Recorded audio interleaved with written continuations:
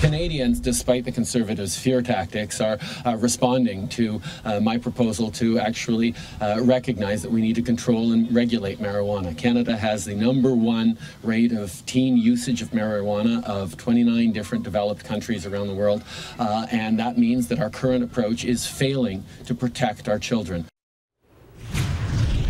Well, Justin Trudeau brought it up months and months ago, the pot issue, and he continues. And he was in British Columbia, for instance, discussing that. Funny enough, Jodie Emery was at the same banquet or barbecue with him as well. So to discuss this whole issue, Lisa Kirbie joins us, political strategist, senior VP, Daisy Consulting Group. Lisa, great to see you again. Thanks, Pat. Okay, you and I have had this discussion about pot, yes. and I think in the past. What I think is interesting, and Mark Emery, of course, gets out of jail, comes back to Canada. Jodie Emery is looking to run. I mean, pot is going to be a bigger issue than I think any people realize in this coming election. Yeah, I don't think it's because of Jodie Emery or her husband. I think in general terms, I think Canadians are ready to have a larger discussion about relaxing the marijuana laws in this country. There was an Ipsos Reid poll done earlier this year that says nearly 70% of Canadians feel that way. You know, not necessarily they're ready for legalization, but they don't think that the laws as they currently stand are appropriate. But I think if you went out on the street and you asked people about pot, they'd say, let's see what happens in Washington and Colorado where it's been, you know, dealt with, decriminalized or legalized to a degree. Sure, but I don't know why we can't start having that discussion within our own borders as well. I mean, certainly it's time, and Justin Trudeau has been discussing this for a while now. It was back in 2012 when he had first said that he was supportive of decriminalization of marijuana, and he's right. And we've now seen that discussion take more of a center stage as the Conservatives have been trying to demonize Justin and the Liberal Party for that position. But the problem is that most Canadians are supportive of it. Where are the political parties in terms of the spectrum? Are the Conservatives vehemently against, or is their stance shifting a little bit given the polls that you're looking at? How about the NDP? Well, the Conservatives would be smart to take another look at this, although they certainly seem to be digging in their heels. And when I say they're trying to demonize the Liberals, they are. And we saw this in the last set of federal by-elections when they sent out, you know, wholehearted attacks on the Liberal candidate on marijuana, and supposedly that Justin Trudeau is trying to put pot in the hands of our children, which is just a flat-out lie, and it's the worst kind of political spin. But the best part of that is not only is it not true, but Canadians aren't buying it, and they sent that Liberal candidate to Ottawa just last month. Okay, let's talk about the Jodie Emery component of this, because Mark Emery is obviously a charged point. I mean, here's a guy who's been convicted down in the States and those kinds of things. And Jodie Emery's pretty charged on herself, and she's going to be running for office. So she says. She's interested. Yes. She's interested in running for office. Do you think the Liberals are interested in having her on board? Well, one of the things, and you and I have talked about this open nomination process before. Which hasn't been all that open, to be honest. It's been a bumpy road, and I'm not necessarily in favor of an open nomination process because I do think that the leader of whichever party it is needs to have some control over who his or her candidates are. And in this one specifically, I don't want to talk about Mark Emery because I don't think that women should be judged on the basis of who their husbands are, and we saw this in the Christine Innes. Except they kind of work as a couple, you know, they feed off each other. Sure, but let's just talk about Jodie Emery in this discussion. Ms. Emery herself has run for the past two BC provincial elections under the Green Party banner, I believe, and she only took out a Liberal membership last month.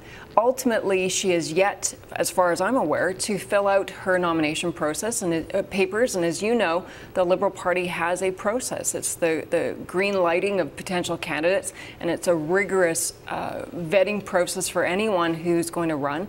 And they're going to look at her past political history. They're going to look at her statements.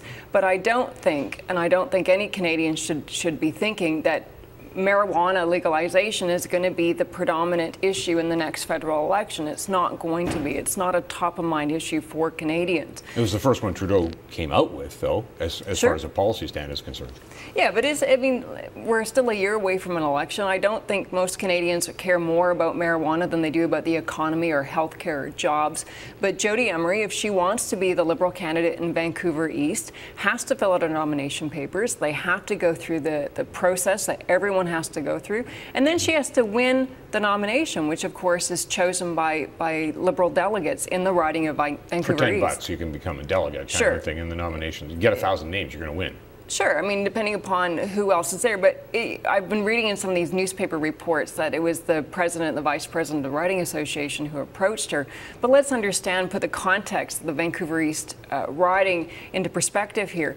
This riding has only not been a New Democratic stronghold twice since its inception in 1933. The Liberal Riding Association within that area, I'm sure, would love to have a candidate who is viable so that they can increase their revenue and potentially send someone to Ottawa to carry the Liberal banner for Vancouver East. It's unlikely to happen, but a lot can happen between now and a year from now. But you need star power, don't you? Sure, I'm just not sure she's it. I know, but I do have star power from British Columbia, oddly enough. I want you to watch a little video that I was able to track down. Okay. Okay.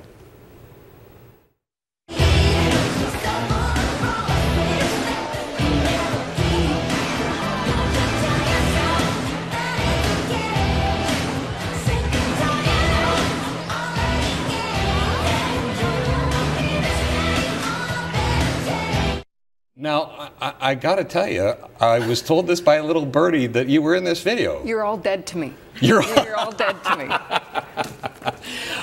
You mentioned it last time. I said, we got to find that video. You're a star. I think my husband-to-be, who may no longer be my husband-to-be, provided evidence. Yes, 1989, I think that was. Was it a Coke ad? Or it looked like Janet Jackson. It was Pepsi then. Janet Jackson's. It wasn't the commercial. It was her. It was the first long video that I think was put on MTV. It was for her album Rhythm Nation. And yes, I was on that video shoot. Were you an actress or a dancer at the time? Well, I wasn't an official dancer, but I was, as you just now showed the world, I was dancing in that video. I think it's a feather in your cap. You're multi-talented. I'm glad to see it. I didn't ask you which one you were. I think you were the one on the left of the shot. I'm not going to discuss it further. Lisa Kirbie, always a good sport. And we're going to take a break for some hard news and get you updated on what's happening in the markets as well.